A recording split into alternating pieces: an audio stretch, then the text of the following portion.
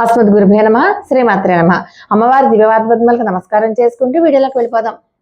అప్పుల సమస్యలు, రుణ సమస్యలు, రుణ బాధలు, అవమానాలు, కష్టాలు, ఎంత కష్టపడినా సరే ఫలితం కనబడకపోవడం, ఎన్నిసార్లు డబ్బుకు ప్రయత్నించినా సరే ఆ డబ్బుని చేతిలో నిలుపుకోలేకపోవడం, వచ్చిన డబ్బు వచ్చినట్లుగానే ఖర్చు అయిపోవడం, సంపాదన ఇంట్లో నిలవకపోవడం, రుణాలు పెరిగిపోవడం, అప్పుల ఊబిలో కూరుకుపోవడం, ఇలాంటి అన్నిటికీ కూడా చాలా పరిహారాలు ఉన్నాయి.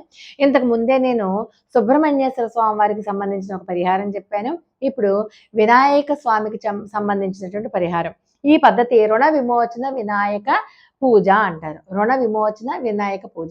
మరి ఈ వినాయక పూజకి ప్రత్యేకంగా మనం ఒక వినాయకుడిని తెచ్చుకోవాలి. ఆ వినాయకుడు ఏ లోహంతోనూ చేసిన వినాయకుడు అయి ఉండకూడదు. కేవలం మట్టితో చేసినటువంటి వినాయకుడు మాత్రమే ఉండాలి. వినాయకుడిని తెచ్చుకున్నాక మీరు ఈ పూజని బుధవారం నాడు మొదలుపెట్టాలి. బుధ, గురు, శుక్ర 3 రోజులు వరుసగా చేయాలి. తర్వాత మీరు గరిక ఒకటి తెచ్చుకోవాలి. ఆ గరిక కూడా తెచ్చిన గరిక తెచ్చినట్టుగా వాడేయకుండా గరికని తెచ్చుకొని శుభ్రంగా కడుక్కొని తుడిచి ఆరబెట్టి ఆ పక్కన పెట్టుకోవాలి. అదొకటి చాలా విశేషం. తర్వాత ఆవు నెయ్యితోటి 3 ఒత్తుల దీపారాధన ఒకటి చెయ్యాలి. ఆ 3 ఒత్తులు కూడా ఒకే ప్రమిదిలో వెలగాలి. అదొకటి గుర్తుపెట్టుకోండి. మీకు నైవేద్యానికి బెల్లం పానకము, ఏవైనా పళ్ళు, కొబ్బరికాయ, చెరుకు గడ ఇవి దగ్గర పెట్టుకోండి. ఇప్పుడు మనం ఏం చేయాలంటే ఈ మట్టి వినాయకుడిని ఏదైతే మనం తెచ్చుకున్నామో ఆ మట్టి వినాయకుడిని ఒక చిన్న పీట లాంటిది ఏర్పాటు చేసుకుని దాని మీద మట్టి వినాయకుడిని పెట్టుకుని మట్టి వినాయకుడికి చక్కగా బొట్టు పెట్టి గంధం రాసి అలంకరించుకుని 3 ఒత్తులు వేసి ఉన్నటువంటి ప్రమిదిలో ఆవు నేతితో చేసినటువంటి దీపారాధన చేసుకుని ఈ మట్టి వినాయకుడిని గరికతో పూజించాలి. గరికతోటి ఏం చేయాలంటే ముందు ఓం గం గణపతయే నమః అంటూ 108 సార్లు, ఖచ్చితంగా 108 సార్లుతో మనం ఆ గరికని 108 సార్లు గరికతోనే పూజ చేయాలి. 108 సార్లు గరికతో పూజ అయిపోయాక గణేశ రుణం చింది వరేణ్యం హుం నమః ఫట్. గణేశ రుణం చింది వరేణ్యం హుం నమః ఫట్.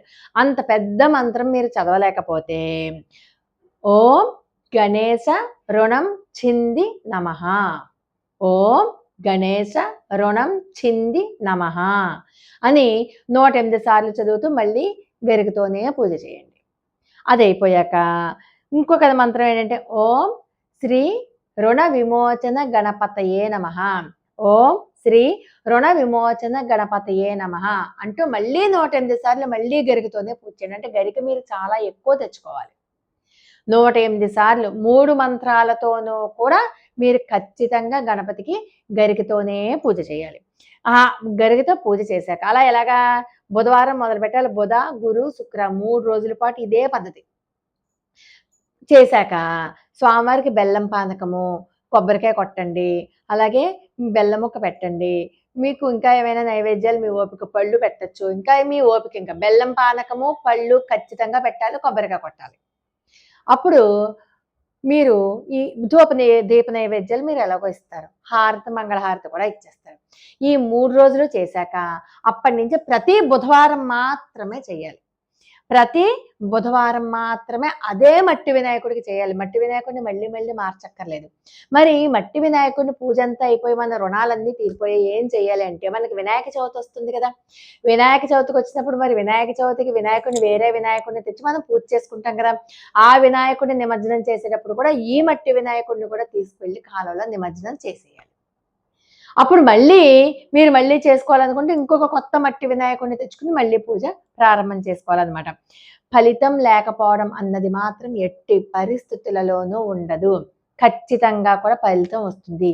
దీంతో పాటు ప్యారలల్గా మీరు మూగజీవాలకు ఆహారము, నీరు ఇవ్వడం, చేతనైన పేదవాళ్ళకి సహాయం చేయడం, ఎవరికైనా అన్నదానం చేయడం, లేకపోతే వస్త్రదానం, మీకు ఏ దానం చేయాలనుకుంటే ఆ దానం మీ శక్తికి తగ్గట్టుగా చేయండి. శక్తికి మించి అక్కర్లేదు. ఏదో ఒక ఇడ్లీయే కొనివ్వచ్చు, చిన్న కాఫీ కొనివ్వచ్చు, చిన్న పాలు కొనివ్వచ్చు, ఏదో ఒకటి వాటర్ బాటిల్ కొనివ్వచ్చు. మీరు ఏ సహాయం చేయాలనుకుంటే, ఏ దానం చేయాలనుకుంటే ఆ దానం చేయండి. పక్షులకి గింజలు వేయచ్చు.